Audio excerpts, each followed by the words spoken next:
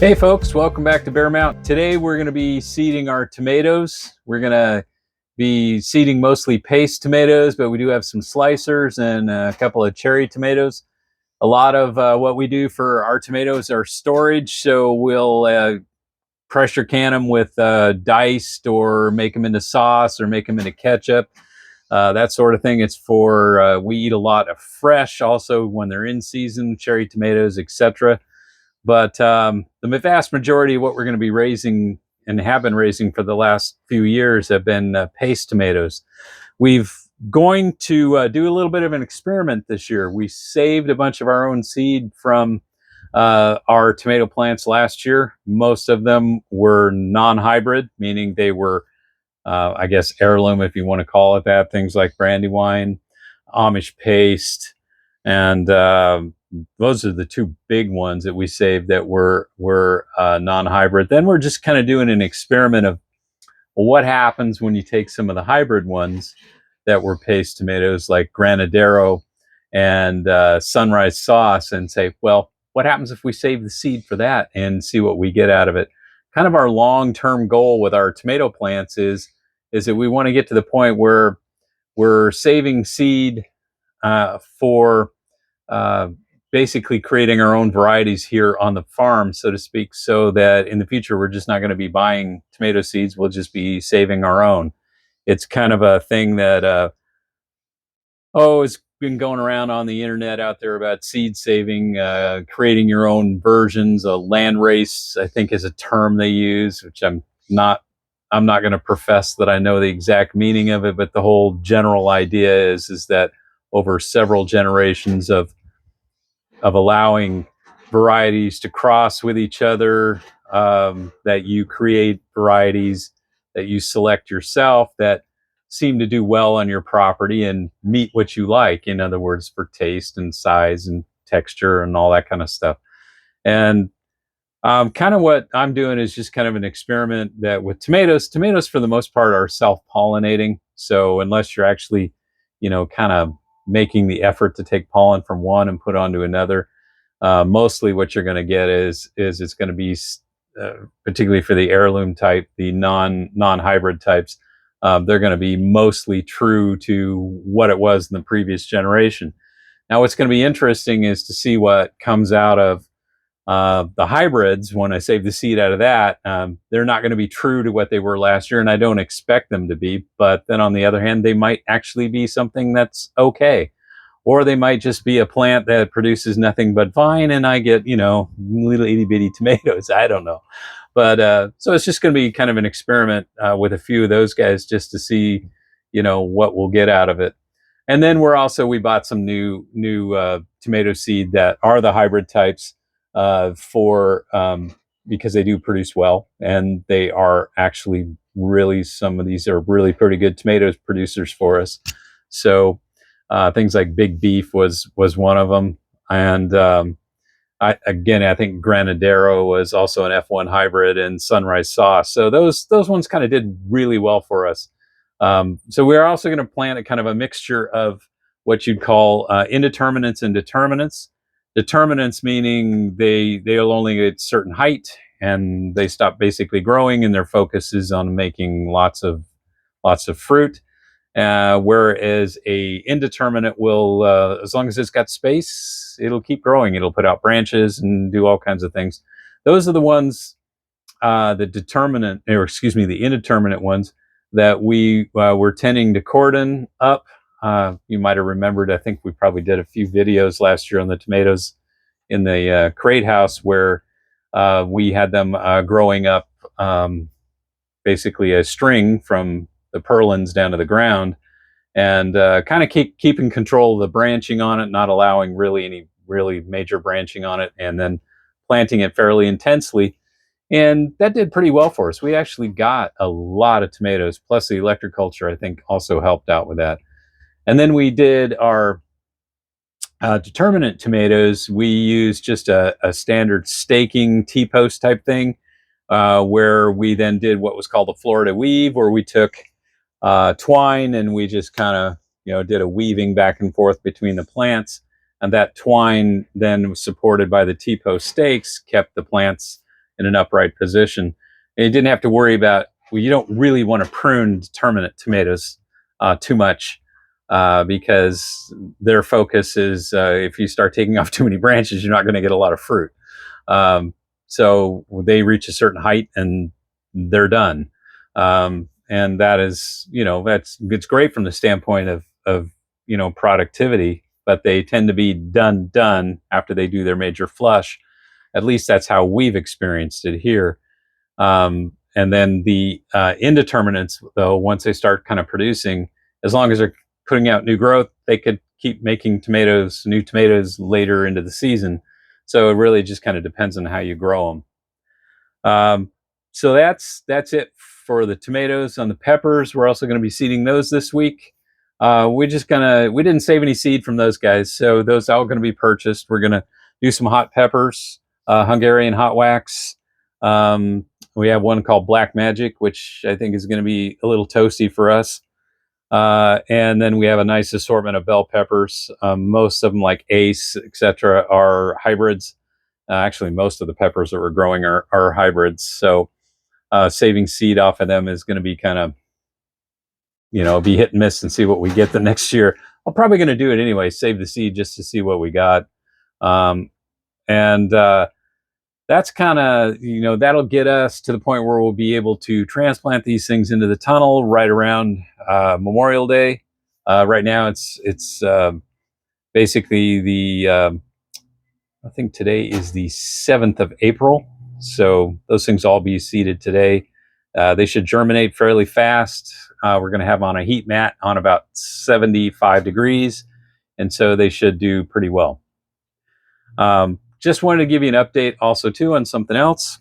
You might remember we did a video on taking hardwood cuttings. Well, I just wanted to show you guys that these guys are starting to break dormancy. And these are peach trees. And we only have, it looks like 2 of the 12 or so in here that are not breaking dormancy. So they're most likely never going to do anything. I can see one where it looks like the tip died. But the other guys are actually putting out green growth. Looks like they're going to grow. So I may get 3 or 4 peach trees out of this, which would be kind of cool. And it was a mixture of trees. One was called Reliance and the other was called Veterans. So they're both kind of, they produce well for Oregon, Western Oregon, and they tend to bloom a little later than I guess your peach trees that you would have in other areas. And so that's why we're able to kind of get peaches here in the Willamette Valley, because even as late as the middle of April, we could still get freezing. And that's always kind of a dicey thing, particularly, if you have peach trees that want to bloom in like late February, early March. For around here, you might as well not have any peaches. So those are going really well. So let me just show you the varieties we're planting and show you how we're getting the tomatoes started. And all right, so we got our tray set up. I put the labels in it ahead of time. And in this tray, it's going to take the majority of the types of varieties we have. There's still a couple of cherry tomatoes I'm going to be starting in another tray. But we've got all our paste and slicing tomatoes. We're going to plant Moscovich, which is a slicer. Now, my seeds are saved in a real nice packet. Got those off of Amazon. And then Johnny's is the company that we're buying the new seed from. That has a germination test date of 11/24, and it was 98%. So these got to be pretty good. But they're only selling us 25 seeds in a pack now. It used to be we were getting more. I know we were getting more, but the price is up and the quantity's down. So that's another reason for saving our own. I mean, in these Moscovich tomatoes, I only saved seed out of like maybe 3 tomatoes. And this packet alone, I've easily got well over 100 seeds in here. And the nice thing about these seed packets too is they supposedly are resealable, but I don't know. Anyway, when you kind of look inside, I don't know if you guys can see inside, but you see all those seeds? That is probably $300 worth of tomato seed. Just kidding. Oh, maybe it is. I don't know. But the seed life is, I think, is approximately 3 years. I didn't germination test it. So what I'm going to do is on our own seeds, I'm going to overseed the each cell in the 6-pack. I'm going to put 2 seeds in each one, and that way, in case we get some duds, I'll know. The other thing is I fixed the labels. So what I did is half the tray, the back half of the tray is our own seed, the front half is the purchase seed, same varieties. So on the labels, I put, very inventive here, I put an O for our own. And on the other seed, I put a J for Johnny's. So you don't have to seed these guys very deep, about 1/4 inch. So what I'm going to do is just make a little dibble in here and then put some vermiculite, fine vermiculite over the top. Put a humidity dome on it, get it on the heat mat, and these guys should germinate in hopefully about 5 to 7 days. Peppers seem to take a little bit longer. I've done peppers before, and it seems to take like 10 days or maybe even better. So we'll just see how it goes. But I'm not going to be bumping these guys up either. So when they come up, what I'm going to do is, particularly in the double seeded ones, I'm going to make certain that I clip out, the weak one and keep the best one, and then we'll transplant these guys directly into the tunnel. So we'll transplant the 6-pack into the ground in the tunnel.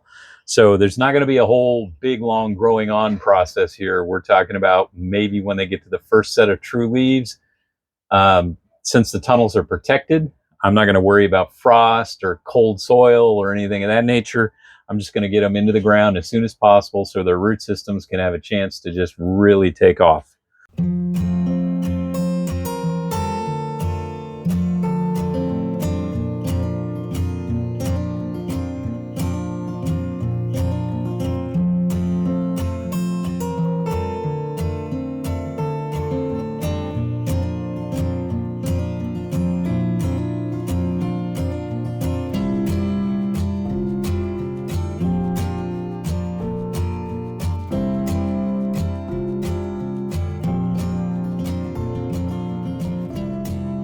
Well, there was one last thing I kind of wanted to talk about.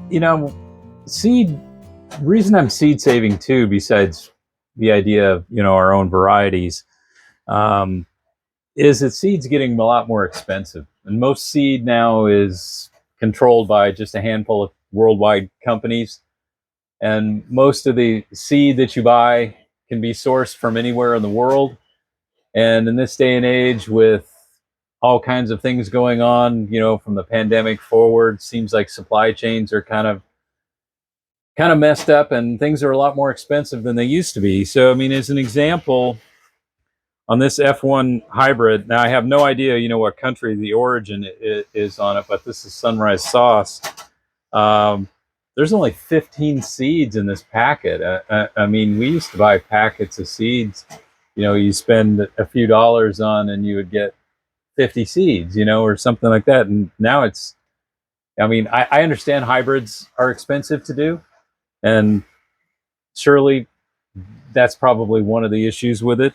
But the other thing is, even on things like Amish paste, I mean, this is a variety that's been around for a long, long time, and there's only 25 seeds in the packet. So when you start saving seeds, there is this advantage of, first of all, you've got seed, and you might not have a supply chain problem, like when you go to think about making your seed order and you find out, well, somebody's cleaned it out, or there was never enough of it, or there were other problems. You do get the advantage of saying, well, I collected my own seed and I've got a seed bank of my own. So that's kind of one of the other aspects on it too. So we've done seeds also for pumpkins and melons, cantaloupes. And so we'll probably be doing things this year with cucumbers. Most cucumbers now are hybrids, so I'm not sure what I would get. I might end up with a really bitter, just weird thing that you don't think too much about. as an example, I know that pumpkins, particularly, if they're in the same group, they'll tend to cross with each other pretty easy, and you can end up with all kinds of weird things. But from our standpoint, if we're only raising types that are sugar pumpkins, to make uh, to eat basically, and not to make jack-o'-lanterns, um, we'll probably stay within that range of it may not be exact, it might be a little bigger, it might be a little smaller, but it's probably going to stay within that range after a couple of seasons. Particularly if I just bring in more varieties of sugar pumpkins or small pie pumpkins and things like that, and we keep bringing them in and letting them cross with each other and then saving the seed. Eventually, we'll get to a point where it'll stabilize itself out. It may take a few years, but that the whole idea in it is we just go select seed, we save the seed, we taste it, see what it's like. Maybe that seed wasn't that particular variety wasn't any good, so we don't bother with it. Don't save the seed on it. But you see what the process is. You keep going and you keep refining what you're after. So that's just the last, my last of the diatribe. It's basically seeds getting a lot more expensive and you're getting a lot less for the dollar that you used to. I don't fault the seed companies. They've got to buy from the worldwide brokers. They've got to contend with all the stuff that's going on in the world. And they've got to make a living too. So, but keep that in mind. Well, we had a bit of a weather issue, kind of high wind and kind of, some heavy rain. So we kind of stopped filming yesterday when we were seeding the tomatoes, and just kind of wrapping things up this morning. We did get the tomatoes seeded, got them on the heat mat over there. Going to do the peppers here pretty quick and get them on the heat mat too. And not much more to say about this. We've kind of gone through everything that we're going to be doing. This is like I said, it was today's the 8th, but right around the 7th to 8th of April. And getting these things started for us is maybe a little later than other people would do, particularly if you're growing the peppers and the tomatoes on before you're setting them outside. But since we're going to be going into the tunnel, these things are going to be going in pretty quickly after they germinate.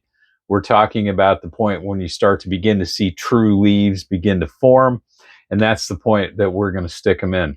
Now, the reason I'm doing that is because I want to make certain that the root systems on these guys are not constrained in the 6-pack at all. And we're going to avoid the step of having to pot things up.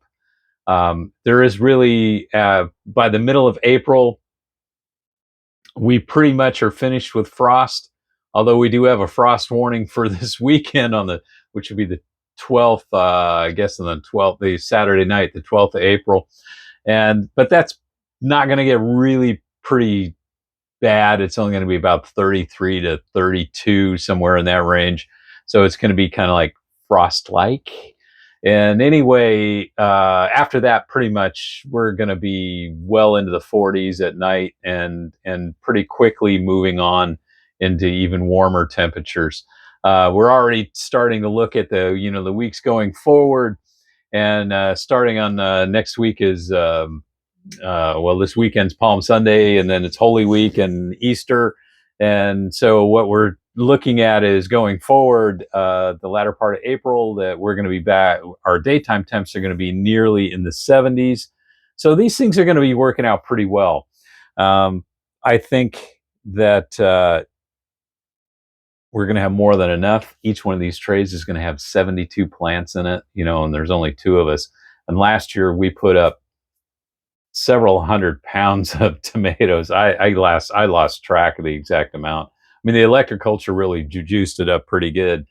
But we were able to put up ketchup and diced tomatoes and tomato sauce, and even had some dehydrated things, and we had dehydrated peppers, and we had lots of stuff. So it should be more than enough for just the 2 of us. Anyway, that's what's going on here. This is week 14, maybe, I think. I kind of lost track. Anyway, thanks for watching today, and as always, stay safe out there, and we'll catch you on the next video. Bye-bye.